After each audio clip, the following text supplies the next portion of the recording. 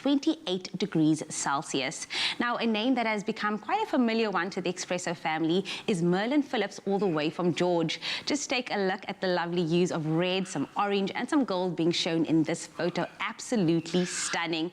And of course, if you would like to see your photo featured during one of our sunrise segments, all you have to do is head on over to the Expresso Facebook page right now to share your photo with us. And if your sunrise snaps are prize winners, you could win one of those oh so chic Nespresso travel mugs each week for 5 weeks. Remember to post your pictures to the competition post on Expresso's Facebook page with the hashtag Nespresso Sunrise. And of course, while we do enjoy experiencing a sunrise from your part of South Africa, we do have some international viewers tuning in on both YouTube and the Africa channel in the USA. And this morning we are reporting on the weather from Columbia, the capital of the US state of South Carolina. The city experiences relatively cool to mild winters, with summers being hot and humid. And today you can expect times of sun and showers. A maximum of 23 degrees Celsius is forecast for the day ahead. Sticking with some US news, US climate envoy John Kerry is heading to Shanghai to woo China in advance of a climate summit President Joe Biden is hosting next week. Now, after a major diplomatic row at the UN, both sides hope to cooperate over plans to drastically cut emissions. The US wants China to cease building coal-fired power stations and to stop financing coal ventures abroad. And China wants the US to give more cash to developing countries to obtain clean technology and adapt to climate change. Now, it also wishes Washington to announce deep cuts in emissions. Kerry also said that China's cooperation was absolutely critical to combat the climate crisis. He said although the US has big disagreements with China on some key issues, climate has to stand alone. Now, he's hoping to salvage the superpower relationship to allow progress at Biden's virtual summit, which is taking place on the 22nd and the 23rd of April. Scientists also warn that without an agreement between the world's great polluters, there's little chance of averting dangerous climate change. Well, that is where we leave that update. Here's a first look at the temperatures for you, South Africa. We kick it off with Polokwane. Do expect a low of 14 today, peaking at 29 degrees. Umbumbela, your range is 16 to 30. If you're out and about in Pretoria, do expect a minimum of 16 and a maximum of 28. Johannesburg, for you, it is 15, 26. Some sun and clouds showing through for you. Mahikeng with a low of 13 and a high of 31. For you, Klerksdorp, 11, 31. Kimberley ranges from 13 to 31 today. Bloemfontein, 10, 30. For you, Richards Bay, it ranges from 19 to 30. And then Pietermaritzburg, 13, 30. Durban, South Africa's playground, ranges from 18 to 28 today. Umtata, 10:30. If you're out and about in East London, expect a minimum of 14 and a maximum of 24. And for Craddock, it is 9:31.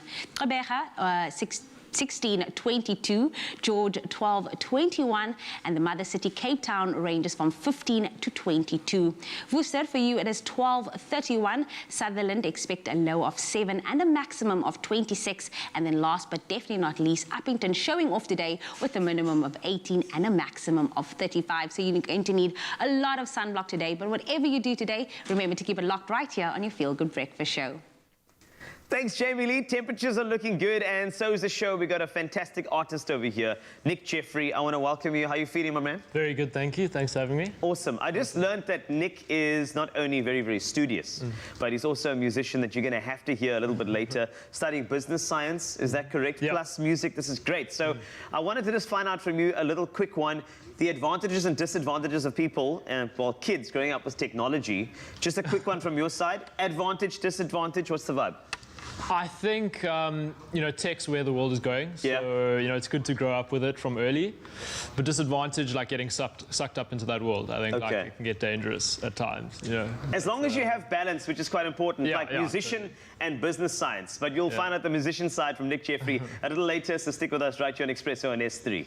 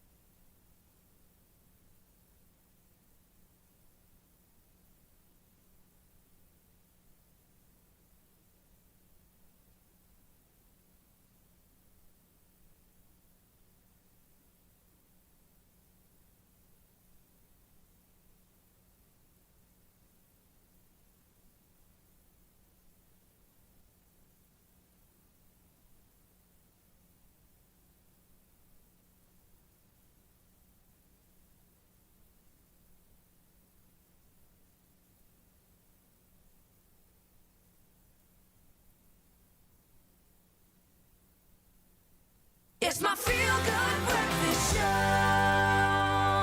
Welcome back, everybody. You're still opening up with S3 here on your Feel Good Breakfast Show. Let's talk about self-care, because when it comes to self-care, someone who never skips on it is me, everybody. I know, I bet you thought that the Crazy Store is the last place you'll find beauty and personal care products. Well, think again, because the team tagged along with me for a morning to find out how I stay motivated and safe with the new Voy range.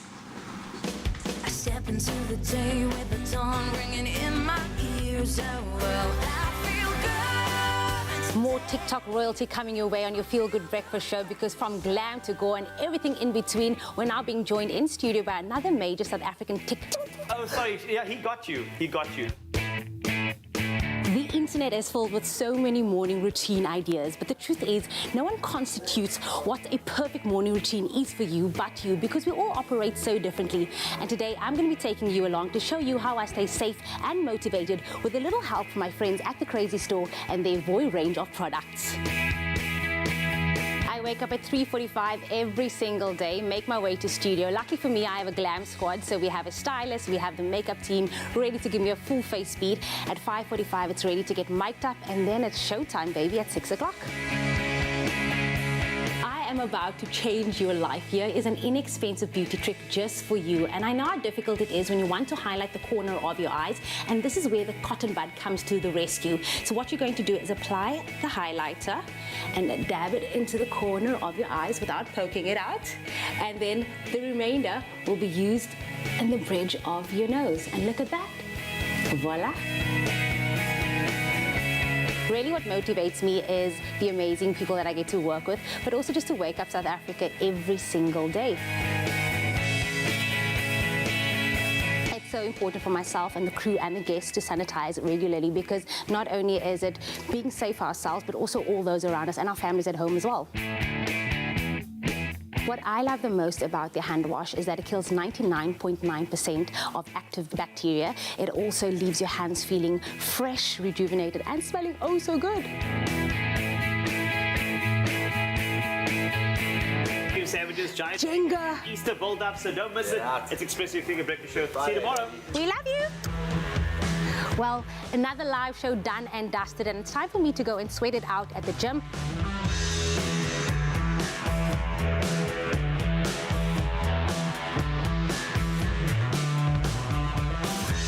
It's so important for me to wipe down the equipment and also just sanitize while I'm training, not only for myself and for my family, but also for the next person that's going to use the facility. If you've been following along with my fitness and wellness journey for the past year, I've really incorporated eating well and just training. For me, it is really an outlet, and it's all about self-care. It's putting in the work and also getting the results after.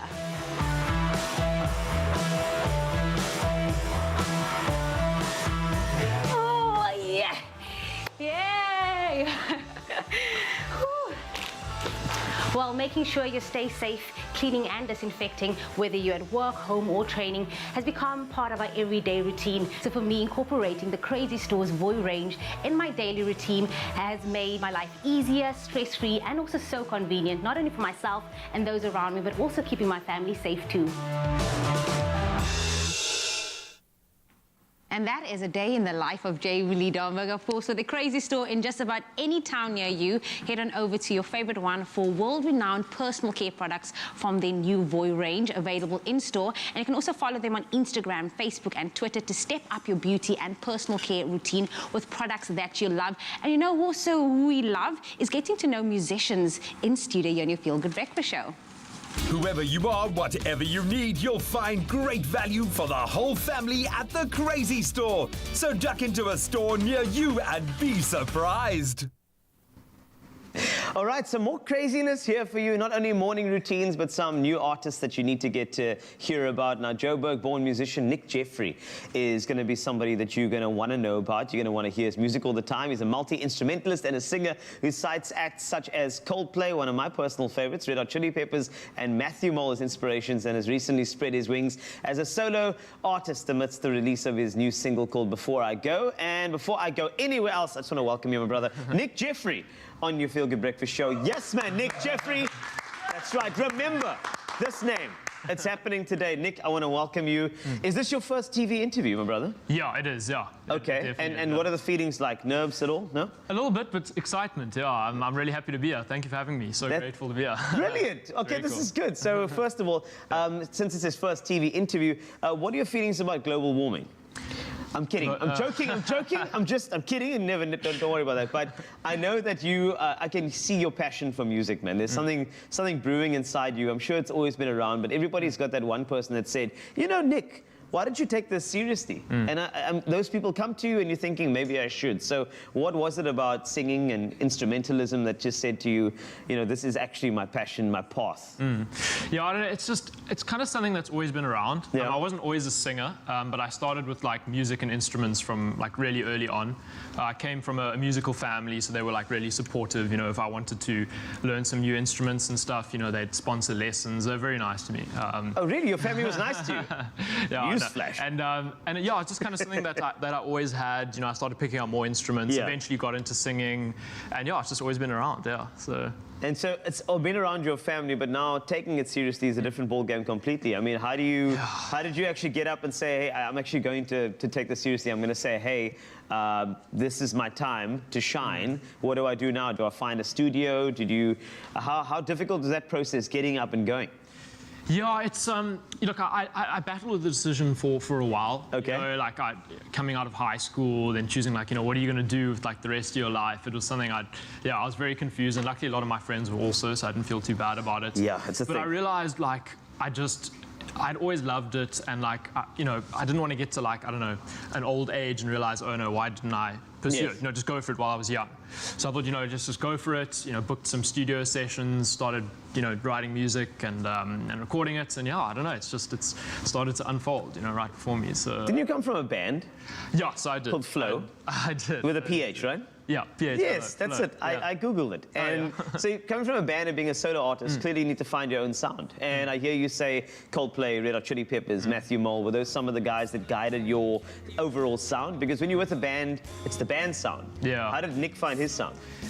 Yeah, I think so. I was always kind of writing songs throughout high school. You know, they weren't necessarily good, but they were songs. And that kind of developed a sort of sound of mine. And then, you know, I found the band. What was quite nice with the band is we all had our different tastes. Like, we were quite different musically. Cool. So then we brought it all together. And, you know, I think my style shifted here and there within the band, but I think I kind of always had my own little thing that I added. And I think I just kept that through. And, you know, after the band, I developed it further. And, you know, lockdown, all that stuff. We had just so much time alone. I just got to work on it. And, yeah, I don't know. It's shifted and it's gone up and down. The influences have played a part. You know, new ones, old ones.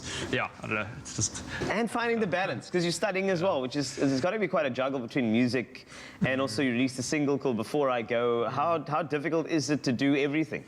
Yeah, it can be tough at times. I think like when things are really busy, I've kind of just got to stop and like tell myself like, listen, you're still young, you're trying out different things, you're doing what you love, and at the same time you're studying to see what happens with that. I just have to remind myself like it's tough, but it's going to pay off, and it's something that you should just do while you can and while you're young, and I guess you can do it. So, yes, absolutely. Yeah. So you graduate, you get yourself a degree, tick box. Got a single out Before I Go.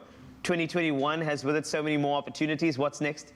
Yeah, so lots of singles coming, you know, each month for the next few months, you know, music videos, and obviously still studying while doing that, but putting as much as I can into it. So yeah, I'm excited for the year ahead. I just can't wait to give it, you know, everything, 100%. So. I'm excited for you, man. I'm excited for your performance later as well. And it's going to be one not to be missed. So we're looking forward to it. And I know this guy is incredible. He's amazing.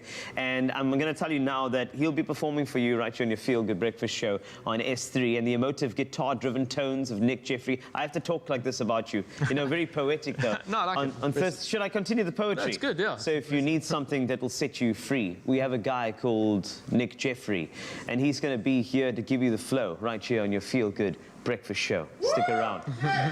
Oh, you can make my day.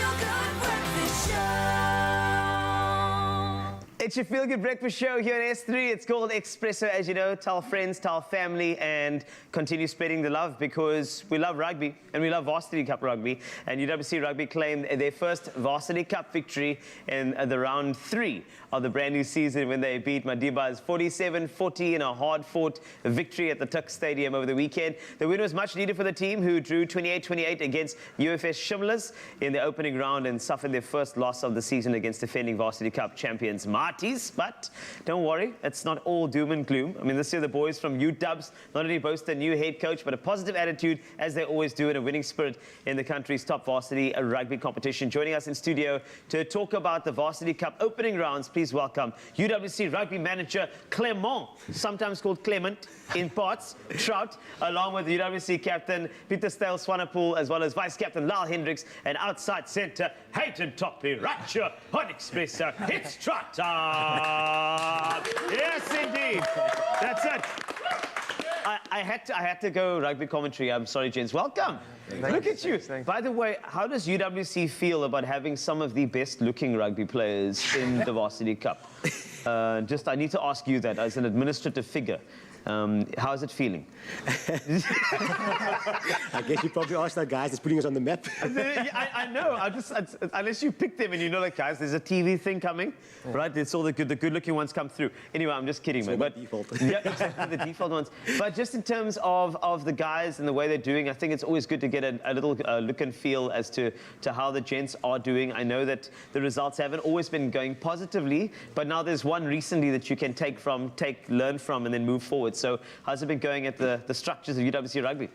Well, Carl, I think for us it's more important about the program, not basically the results. You understand? Because we'll be going forward, be building our program and building the brand for UWC. Yes. So we focused on short-term and long-term goals. But for now, results, although we're in the sports environment, results are important. But for us, we focus on our internal process and building our program going forward. Yeah, there we go. And it's good. It's a great program as well. Yeah. Now, as you can see, the program's doing well for the gents because, I mean, muscle tone-wise, we are the same. Which is important. And I know that there's also the inclusion of a dynamic coach. Now, somebody who I know very, very well. What I know from Paul True back in the day is that he's just like fitness first, talk later. So let's just chat to the gents for a second. I'm going to start with you. I know that you have encountered, Mr. True. Yeah. How has it been going under a new coach like that? It's been good. I feel we prepared this year very, very well. It's been showing in the games, and I feel we're happy with him. We're positive. We're in a positive mindset, and I feel the culture he brought in is such a massive difference in our feeling, in our mindset. So we're very, very happy at this moment. Okay, beautiful. Can I go to some of the other good-looking gent? I have to ask you because you obviously their agent. Sorry, either one of the models answer. No, but if I look at your coach, right? He's a tactician of note. He's very deep in terms of that locker room. How's it been going with you guys? Looking at your history, you know, Varsity Cup debut, doing your thing, and now coming to 2021, wanting to win things. Paul True and his passion, has it been spilling over to the guys? Yeah, I think Coach Paul he has been there like with the highest coaching level, so yeah. I think that's really good for the boys, just to get this experience at Varsity Cup. So he's bringing a new dynamic to the team as well, different kinds of rugby. So yeah, it's just good to have him in the camp.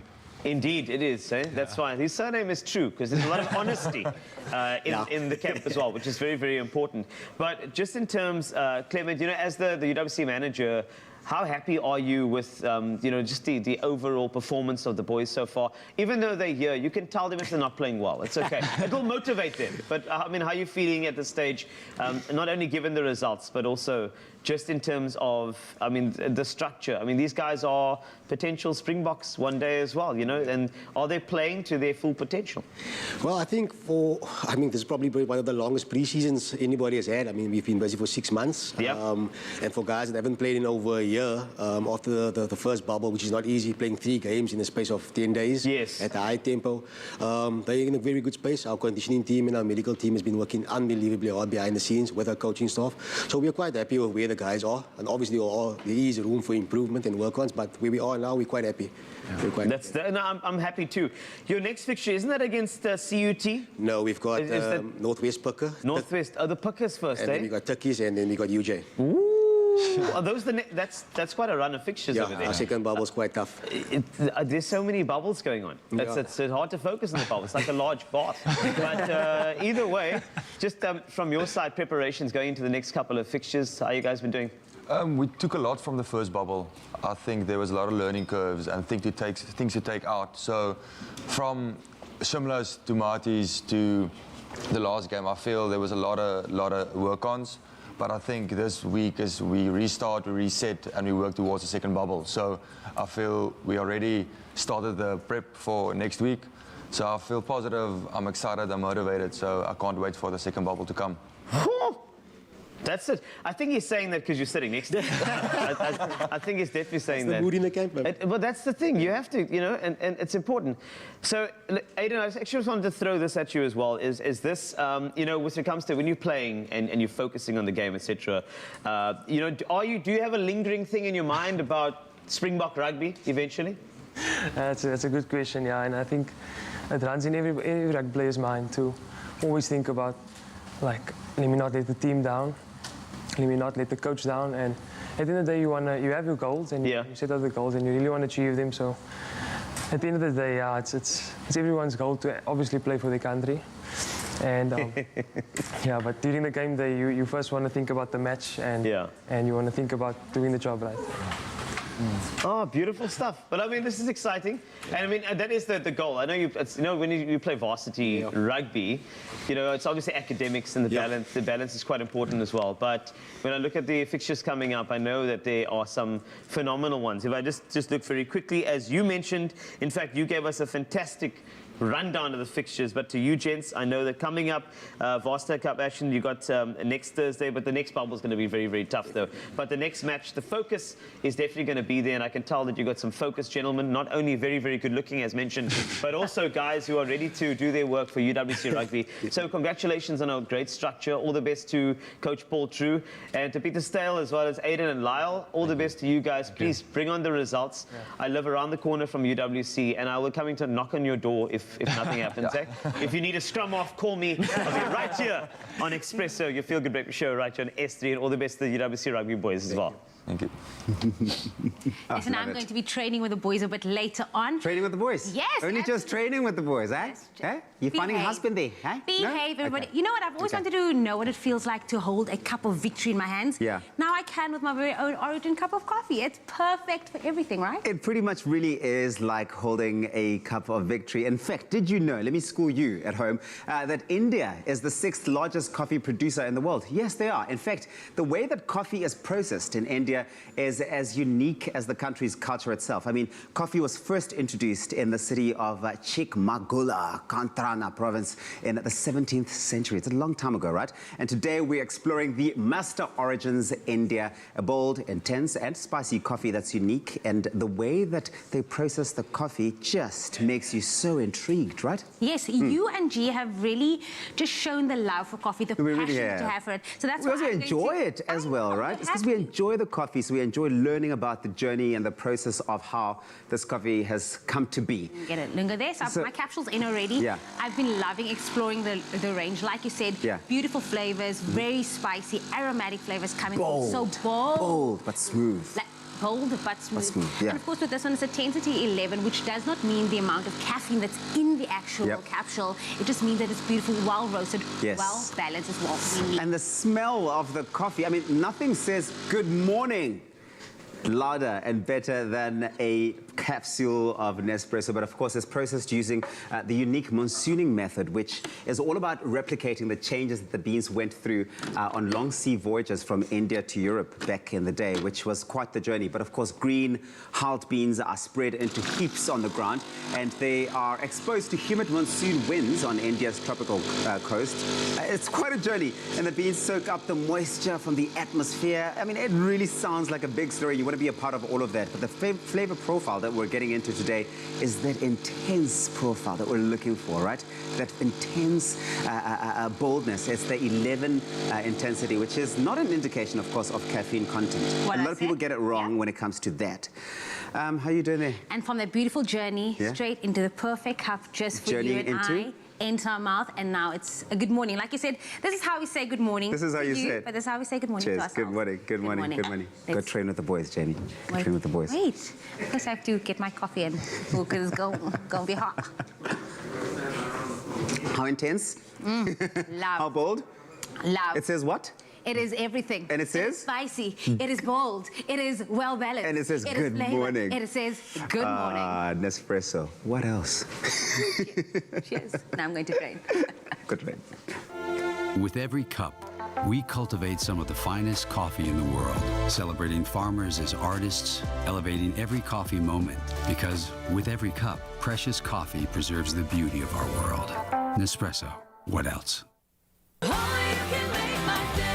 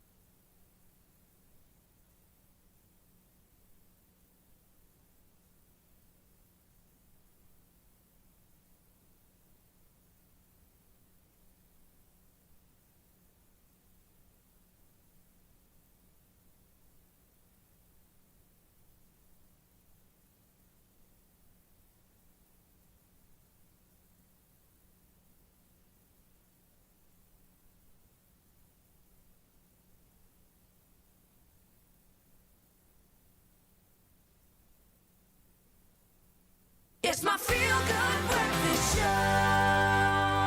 Welcome back. You're opening up with S3 on your Feel Good Breakfast Show. Now, maybe you ask yourself this question. What does it take to be a top varsity cup athlete? Well, you need a combination of strength, speed, agility, and endurance, and not to mention mental strength to keep going. I don't have this, but they put me here, but we are still with the boys from the UWC rugby team who will be showing us how they stay fit and match ready with a quick workout. Keyword there is quick because I am not someone who trains like you guys. I'm going to give you guys some sanitizer. So Aiden, Lyle, Peter over there. And then maybe you can let me in on this. If I ever wanted to, I'm not going to give up my day job, but maybe I wanted to be a rugby girl. What goes into training so that I can look like you guys? Yeah, there's a few exercises that's really crucial. So we want to focus on like upper body, lower body, and core. And yeah, three of us, we brought a few exercises for you. It's quick, nice and easy. Okay, can I just smile like that's an exercise? Okay, take me through it. What is the first exercise? Okay, so the first one, like the basic push-up. So you can either do it like the way you would do Your it. knees. I can turn, or you can go on your knees. But it's just like a push-up, and then we would take it to the next step. So you would do the push-up and step through with the leg. Okay, so guys, we're all gonna follow along with Aiden. Let's get down. So we can go down with one push-up, and then step through with the leg. So, Step through. yeah, and then down, and then the other leg. There we go. You have it. Okie dokie. Pushing through. And what is this working? This is upper body, but it incorporates the core as well. So all about the core work. So we can do one each side. Going down. There we go, yeah. And perfect. And how often would you say you guys train? You know, probably You want to say probably every day. Probably. yeah. Every There's like one day off in the week. Yeah. Wow. So, Next yeah, level. So, most days. Lal, you giving us the next exercise? So I'm gonna do some core. I think core is one of the exercises that people skip a lot. So it's the fundamental of the whole body. So I think it's very important. So if I can get Aiden to just demo quickly, just go on your back, Aiden. Oh, he's Aiden, our demo boy today. Aiden! So yay! sometimes we get this, we just hold the back of the ankle and then we just push down like that, or to the side, to the other side. But then the key component is just to control it coming up. On the side, just control it coming down. So, yeah.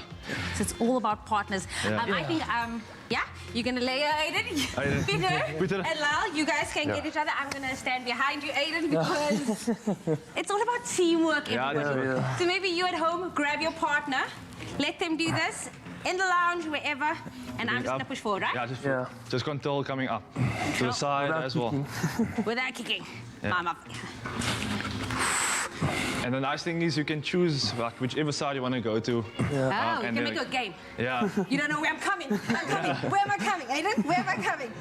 There we go. Yeah, just 10 reps. 10 reps. Yeah. There we go. 3, 2, No, don't do that. 1. There we go. And then we'll swap around. Yeah. I think, Shame, you know what? Because they did the work, we can get down we as can. well. So swap around if you do have a partner. We getting down.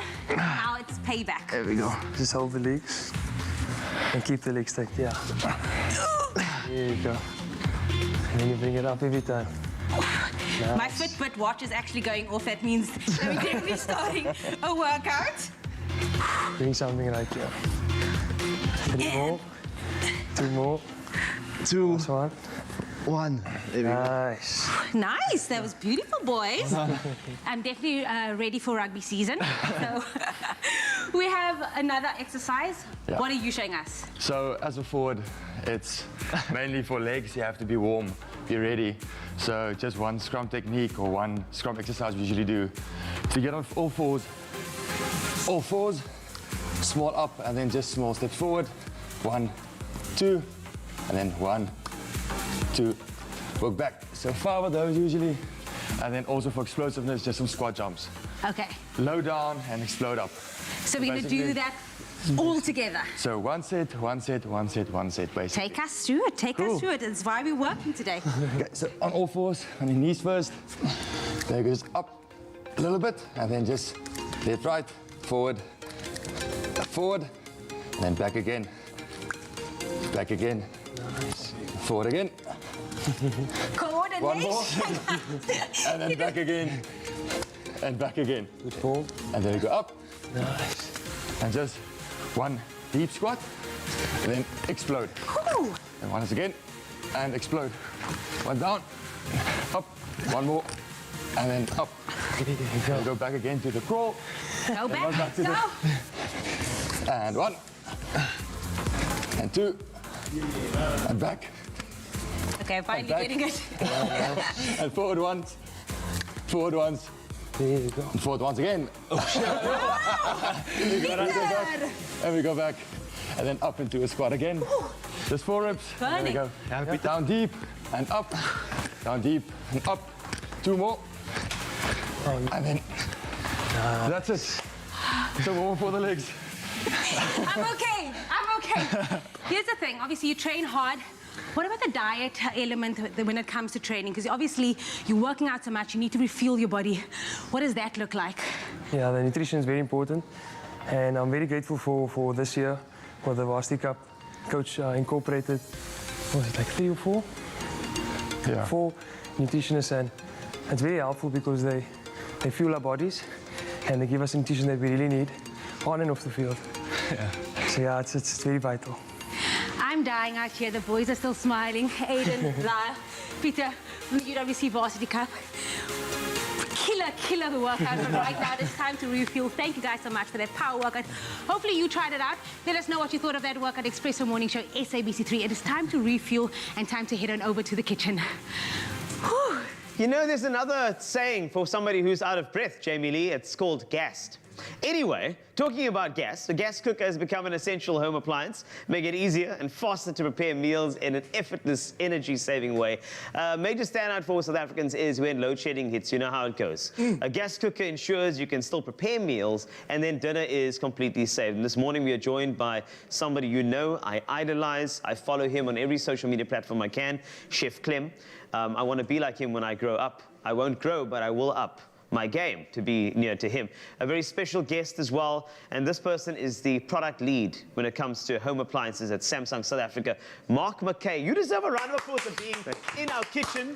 Thank you so much, and you're going to be showing us some of the innovations that Samsung has to offer. But before we start, Mark, Clement has a joke for you. He's been wanting to say this for the longest time. No, man. On the spot. Clement, you said you wanted to say it. This is your time to shine. Also, calling me by my full government name this morning. Clement. Okay.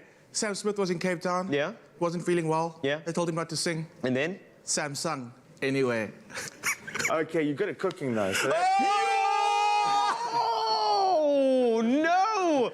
Aina. I'm sorry, that's Cliff. what I'm going to say. Aina, yeah, he's limping. It's fine while we recover. But Mark, welcome. Now, while we are going to be doing some cooking around, you're also going to be using the incredible Samsung. I mean, this is a gas cooker.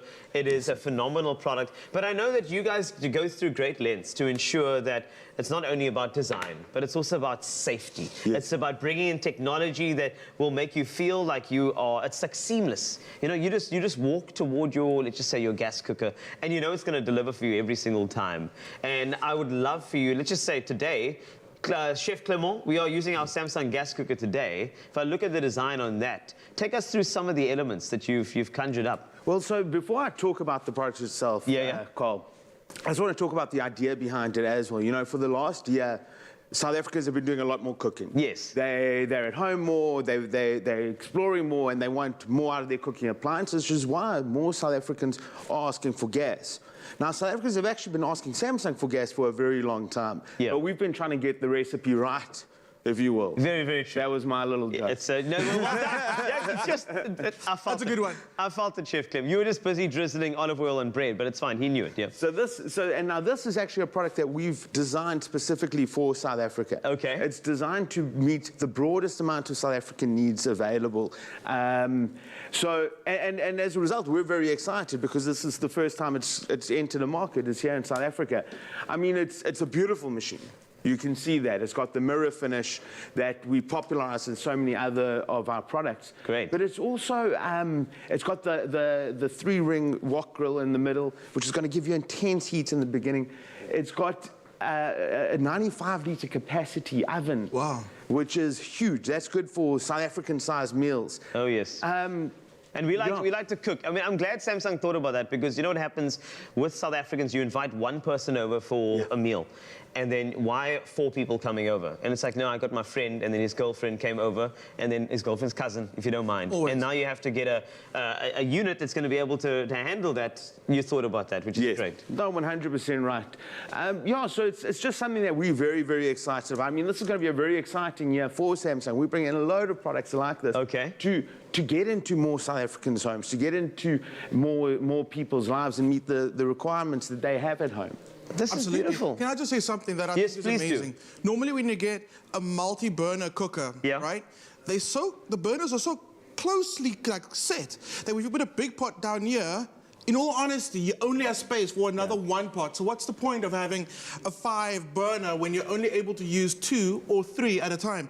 With the spacing that I've got right here, it's absolutely amazing. So I can actually use all the burners at once, which I really, really like. You can properly use a 5-burner top, which you can see, it's amazing, it's going well. Yeah. And yes, you know what, we're talking about going well, Mark, if you don't mind. Yes, sir. I mean, we got aprons on for a reason. What are we making, Chef Clem? Okay, we're doing a beautiful roasted red pepper crostini with some, like an olive tapenade that you're gonna make for us. All right. Mark, you're joining, you're gonna be cooking as well. Am I going to be getting involved as well? Okay. So what I'm doing, I'm busy roasting the pepper, and what a lot of people don't know is you can actually cook directly on the flame. And I mean, that's the most that's the original form of cooking. Yes. Directly over the flame. So you get so much more charring flavor out of it. That direct, intense heat gives you that heat that you really need. If you want to pop it in a pan afterwards and then reduce the heat a bit, you can totally do that. So I'm busy roasting this. One little tip is when you roast your peppers, poke a little hole in it. Yes. Don't let it just bubble. It's like, oh, my pepper's getting bigger. It's not getting bigger, it's going to... So poke a little hole in it, that's all you got to do. I'm just grilling some bread, and you want to get a nice little char on your bread. That slight little bitterness, we love toast. Are you going to say crostini or are you going to just call it bread? Crostini, it's bread, man. Yeah, it is. Thank you very much. It's crostini, it's a delicious crostini. So, that's it. Carl, you're going to work on the top and out for me. Okay. Mark, I'm going to ask you, I've got some roasted red pepper for you already. Okay. I've got the chickpeas ready to go. If you can add some roasted red pepper, sun-dried tomatoes, some garlic, a little bit of cumin, salt, pepper, tahini, lemon juice. I'm going to talk it to you. Okay, whoa, what? I deal with products. There we go. So I'm gonna give you a little jump start there. So yes, sir. chickpeas in. Good. Roasted red peppers. Oh, this is great. And keep a little bit of that the charred bits on there. It adds a little extra flavor to the extra depth of flavor. Sun-dried tomatoes. Instant umami, okay? That has to go. Umami. Please say more culinary terms for us today, please. Keep it coming. Some garlic. I don't know what's a chefy term for garlic. What garlic. Yes, just garlic. Cumin. Black pepper. Oh, okay, I'm very generous with black pepper. I can tell love you it. are, hey? And it's like a coarse black pepper It in there. is, and it's good. And You then need that. a salt, oh goodness. And then? You need that lemon just to Yes, cut you do. through Lemon. all the flavors. Who said men can't multitask? Look at that. I mean, look, I'm proud of you, by the way. And that's the thing. See, this is the great thing about those, you know, when it comes to Samsung, safety-wise. I mean, if you are peering over to the other side of the counter, at least you guys have thought about safety elements as well. With regard, especially with the cooker over there, I'm sure there are elements. There's a dual safety lock, so you're not going to have any issues with gas. You're not going to have any issues with fires. You're going to feel very comfortable while you're cooking. You could be looking after the kids and be sure the house isn't going to burn down either. Multitasking, you see, they thought about everything. Letting you know. Also, I've got a new thing that I'm obsessed with. Yes. Even level cooking. Everything on one level. And it makes life so much easier. It really, really does. Okay, that's you. We're going to slot this one in. So what you can do also to add a little water, because people like, if you want to dry hummus, perfectly fine. I actually prefer adding a little bit of water. We've got such intense flavors. You're not going to dilute anything inside this hummus. A little bit more. There we go. Crostini's looking good. Carl, your chopping skill. Can I just say, Carl's chopping skills, phenomenal. I'm just... Mark, blending skills, next level. There we go. Done. Yeah, I keep it just like that. You want to keep some of the texture in there. Yeah, you want to know that you've been working with chickpeas. Okay, so, how are we looking? Okay, Carl, how you doing? Oh, yo, Carl, actually putting you under pressure. Chef, you've got 30 seconds. Oh, yes, come on now. 30 seconds, I got you covered. Sure. You are? No problem. Chef Clem taught me everything I know with regard to Stop shopping. it. That is very impressive. He taught me everything that I know. Thank I'm you. pop that in there for you. Okay, how you doing there? Great Looking stuff good? there. Yes, I'm just chopping. Also, if you want to get this recipe and you want to get everything that you require, just go to expressoshow.com. Do yourself a favor. It's going to be very, very easy to get involved with it as well. Chef, I'm going to just toss everything into this one bowl over here and we can have our top one ready. Is that cool? I'm ready for you. All right, are you ready for me? Okay, I'm ready for you in the next couple of seconds. Don't worry, I'm throwing stuff in here that shouldn't be in here, but it's fine. You know what? We're just going to gooi it together. There we go, Chef. Top looking and good, nod. smelling great. Sorted. Wow. Carl. Great stuff. Carl. Yes, amazing. sir. Okay, my pepper's still busy charring. Thank you for the... Add a little bit of... That's it. I was actually waiting for the olive oil, but it's fine. I'm so glad you added that in there. Expressoshow.com to get yourself the recipe. Marco, have you been enjoying watching not only your product in action, but watching Chef Clem in action as well? Yeah, no, definitely. I mean, this... no, the thing is that this is a firm favourite in the Mackay household. This type of meal on a Friday night, my wife and myself. And now I don't have to go and just buy it from the shops. I can actually prepare it for myself, for my wife myself. So I'm very excited. Brilliant. And the recipe is available to you. Yes, you did. Yes, that's it. So don't worry, we got you covered. Did I forget anything? Are we good to go? Can we be a little fancy? Can I get your seeds? Can I get your parsley? Yes, and then we're that's done. right. There we go. Let's allow you to proceed with the seeds. I did it. I had to. I was excited about it. It really was. And if you don't mind, Mark, the true test is that if you are indeed a product lead. Yes, sir. You have to understand the taste, the flavor of what a Samsung gas cooker can do with Chef Clem, a match made in heaven. Are you ready? Here it comes. Very keen. Chopping skills sorted out. Look at that, and you very bougie with your plating, eh? You didn't even know where that board came from. I didn't even know it was there. Okay, Chef, give it a taste. Can I go? You can go grab. Chef. I'm also going to... we're going to go all three at once. I'm going to ask you a question while we do this together. The most important question while your mouth is full as well. All right, so are you ready? Yes. In 3, 2, 1, and go for it. That's a yes from you, Chef. Well done. Thank you. I can taste the Samsung innovation in it. I can actually do that. In fact, you can stand a chance to win. I'm sorry, I never talk my mouth full, but Chef Clem made me do it. Stand a chance to win a Samsung gas cooker for your kitchen and your family. Yeah, that's right. I organised, Mark and I chatted earlier. And you can reply to the competition post on the Expresso Facebook or Twitter page and tell us what's your favourite Samsung 5-burner stainless steel cooker feature. And please don't forget to tag at Samsung SA and use the hashtag Samsung Gas Cooker. T's and C's apply and can be found at expressoshow.com. The competition closes on Friday, 16 April 2021. And go grab this recipe and win the gas cooker. Can I take one more opportunity to say one more thing? I mean, it's great. We're very glad to be giving away the oven, but also everyone's a winner at the moment. Yeah. At the moment, one of the major convenience matters with this. Well, one of the major features is convenience. But to add added convenience, we're including free installation. What? of your gas cooker, please go in store and see why the promotion lasts. You can get all the details of the promotion in store, but you will get free installation to the value of 3,000 Rand in store. All right, now we're cooking. I should Expresso on S3. Oh. This is so lekker.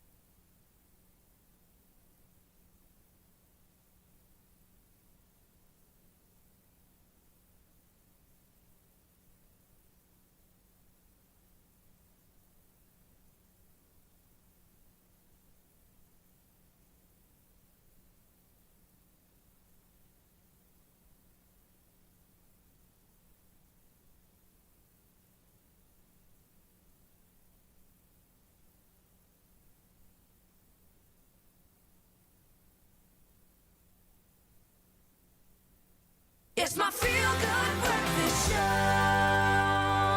Welcome back, you beautiful people. Your feel-good breakfast show, Expresso, live here on S3. Open up to some self-care. Quick, okay? Without thinking, what comes to your mind when you hear self-care? Uncle Tubbsy. Immediately, I just think about you. I think about how well manicured you are. Your blade fade is always perfect. I mean, you just have that thing. You know, you've got that thing. And I mean, when it comes to men's self-care, I mean, this is just it's one of those things that is personalized, a little subjective. Yes. But very easy to achieve if you just focus on the important stuff. And that's the thing. I think self-care for us guys is not much different to women. We love being pampered. Absolutely. We love feeling healthy. We love relaxation. It's all about taking care of yourself. But it shouldn't be just a once-in-a-while thing. It's an everyday kind of thing, right? Yes, indeed. So the quick thing is, because you are my example of self-care. I love that. What does self-care mean to you? I think self-care means being centered in yourself. It means honoring how you're feeling from the inside and responding to that, right? So when you feel like you're a bit off center, take a step back and honor that and just fix it and get yourself centered correctly, balance things out. Oh my goodness. Oh yes. I didn't know you were that zen. Well, I am. Wow. Okay, well that's how he is on the inside, but let's see how Uncle Tubbsy does and cleans up on the outside. Take a look at this.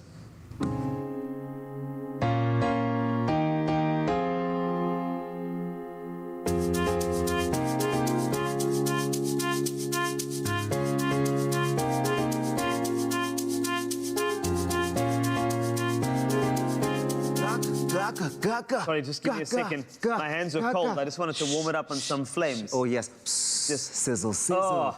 And that's it, right? It's a sizzle moment, right? It was amazing. It really was. I mean, we're so excited to find out who the second lucky Big Flex 2 winner is, and we have him on the line. So let's do a drum roll. Right? Congratulations, Lungane! Come on! Ah, Lungane, good morning. Good morning, gentlemen. How are you? Ah, oh, so good, Lungane. Congratulations. You've just won yourself a Flex 2 hamper filled with all the grooming goodies to keep you focused on your self-care, because you are that type of guy, right? Yes, sir. Ah, man, you can congratulations. Tell. We can see. You can see anybody who rocks a denim jacket this early in the morning has got something special. So how excited are you to win this hamper, Lungane? Oh, my brother, I'm so excited in a way that I'll be taking care of myself twice as much now. You know, the thing about you, and we were going through, obviously, all of the different entries that have come through, yours stood out. And, you know, you come across as the type of guy that really does enjoy being fresh, right? Not just you and your squad. You are like the fresh squad. Why is looking fresh with your squad? I mean, look at those guys. You know, oh, so fresh. Why is it so important to you guys as a squad? Well, as a squad, looking fresh is our culture. We believe in the best impression, and we believe that wherever we pull up, the way we appear should speak for us before we even greet. Well, this is fantastic. Let's talk about self-care. How do you sort of care for yourself as a squad? Do you guys share tips that are sort of common amongst the squad, or do you each have your own sort of self-care, you know, approach? Well, it is a common thing to all of us, and I don't know how it happened because we met at the varsity, and now with our culture. I think if one don't take care of himself, it can be like, you can feel so isolated. You can feel so isolated. Well, this is absolutely fantastic. So, well, listen, congratulations. And I know that you are going to enjoy this hamper. And, I mean, there's a lot of goodies here. Enough for you to share with that entire squad. You guys are about to elevate your self-care on the art side and take it to a whole new level. Congratulations, Lungani. Woo! Woo! Yes! A lot, brother. We appreciate it. Take care. Well done. And the thing is, when I looked at you, I mean, you had a proper glow up earlier. I mean you did. And I know that you want to be, I know that everybody wants to be a winner. So if you want to be a winner with this fantastic hamper, all you have to do is get some details. Go now to expressoshow.com and we will sort you out. And you can be just like Lungani and his squad, provided that you make sure that you look fresh. Yeah. And post a photo of you and your squad looking as fresh as possible. The hashtag BigFlex too. Yeah, we're giving away a big hamper valued at over 1,000 Rand. All you have to do is reply on the Expresso Facebook and Twitter competition post. Post a photo of you and your squad, just like Lungani did. We want to see you and your squad looking fresh. Don't forget that also important hashtag BigFlex2. Good luck, guys. 2 flexible blades for a smoother shave. Open blade architecture for an easy rinse. Choose Big Flex 2 for a closer, smoother shave. While you're prepared to get yourself looking oh so fresh, let's take a look at what's happening in the world. Taking a look at those news headlines just after 7 o'clock here on your Feel Good Breakfast Show. Starting off here locally, Cooperative Governance and Traditional Affairs Minister Nkosazana Dlamini-Zuma has announced the extension of South Africa's national state of disaster by a further month. Dlamini-Zuma said that the state of disaster would now continue until the 15th of May. South Africa declared a national state of disaster on the 15th of March last year in response to the coronavirus pandemic. And the government has relied on the state of disaster to introduce and give effect to lockdown restrictions, which it has used to curb the spread of the COVID-19 pandemic. Meanwhile, Health Minister Zweli Mkhize says that the government has sealed another deal to obtain an additional 10 million doses of the Pfizer vaccine, of which 2 million are expected to be delivered in May. 30 million of the Pfizer vaccine doses have now been secured for this financial year. And he said that would also ensure, in the unlikely event that the Johnson & Johnson is completely halted, and that there wouldn't be any impediment to proceed with phase 2 of the rollout with Pfizer. In international news, President Emmanuel Macron yesterday announced that France would offer free therapy sessions with a psychologist for children and adolescents whose mental health has been hurt by the COVID-19 pandemic. France, their social security system, will fully reimburse a total of 10 sessions with a psychologist for children aged between 3 and 17. Macron said that cases of anxiety and other psychological problems had been increasing among young people in a way that had not been seen during the first lockdown against COVID-19 last year. Meanwhile, tributes are pouring in after the death of one of Africa's greatest super tusker elephants, Ai Talal, on Monday. Ai Talal was internationally known for his long, symmetrical tusks that touched the ground, and also for his incredible shyness. Now, the Tsavo Trust said a post-mortem had confirmed that Ai Talal had died of a twisted colon, which is believed to sometimes occur after heavy rains, bringing an abundance of succulent plants. Now, Ai Talal lived a full life and died in his twilight years, undoubtedly spreading his tusker genes widely. Rest in peace. And next, 23 $23 million life-saving bridge that opens in Texas, a $20 million spend that allows wildlife and people to cross over a parkway in San Antonio, Texas, is now open. It may look like any other ordinary overpass, but the new bridge offers a whole different world to protect wildlife, and it's designed for the safe passage of wildlife and people. It's built across a busy parkway and unifies a 330-acre park in a north-central San Antonio, bringing benefits, of course, for animals and people alike. Now, former San Antonio Mayor Phil says that he feels it's awfully important in an urban society to maintain connection with nature. So important. Some 10 years ago, when 330 acres of an old dairy farm in San Antonio was transformed into the Phil Park, a parkway cut right through the middle of the property. Some animals were actually killed crossing, but thanks, of course, to the bridge and their efforts to keep wildlife and drivers safe, now, some $23 million later, the land bridge and 400-meter-long pedestrian skywalk are finally complete. Now, pedestrians and animals traversing them are completely unaware of the major roadway with 6 lanes of traffic below. That's where we leave it for now. Let's see what's happening in the world of sports with Carl.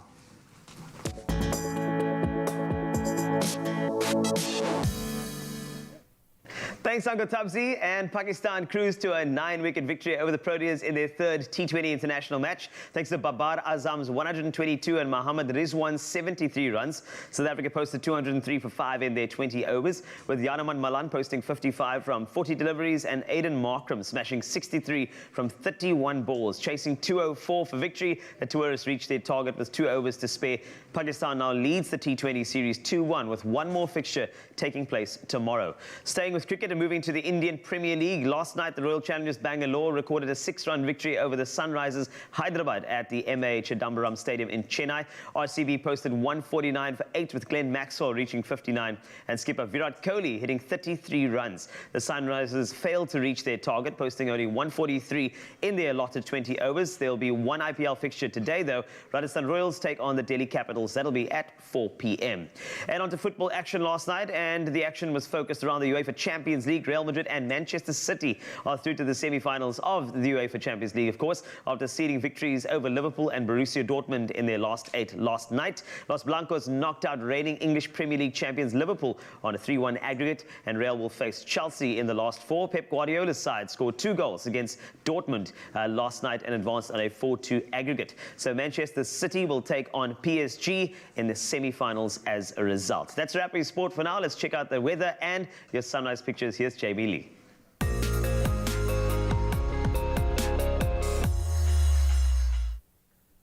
Oh yes, Mr. Carl Wasty, we absolutely love featuring the gorgeous sunrise images that we receive from you, our lovely viewers. So to kick off the 7 a.m. update, we have this cloudy image from Rita Jugadesan of the sun rising over the ocean. Take a look at that.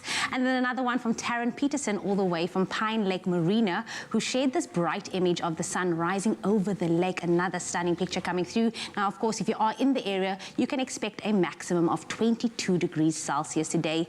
If you would like to also see your photo featured during one of our sunrise segments, all you have to do right now is head on over to the Expresso Facebook page to share your photo with us. And of course, if your sunrise snaps are prize winners, you could win one of those oh so chic, those beautiful Nespresso travel mugs each week for 5 weeks. Remember to post your pictures to the competition post on Expresso's Facebook page with the hashtag Nespresso Sunrise.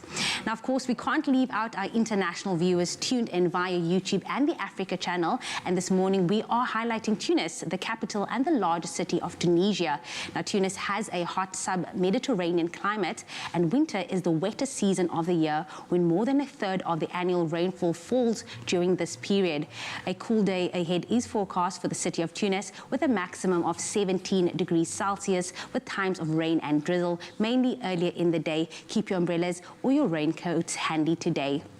Taking news on the other side, we're going all the way to New Zealand. Now, New Zealand is to become the world's first country to bring in a law forcing its financial firms to report on the effects of climate change. The country wishes to be carbon neutral by 2050, and the financial sector needs to play its part. Now, Climate Change Minister James Shaw says that banks, insurers and fund managers can do this by knowing the environmental effect of their investments.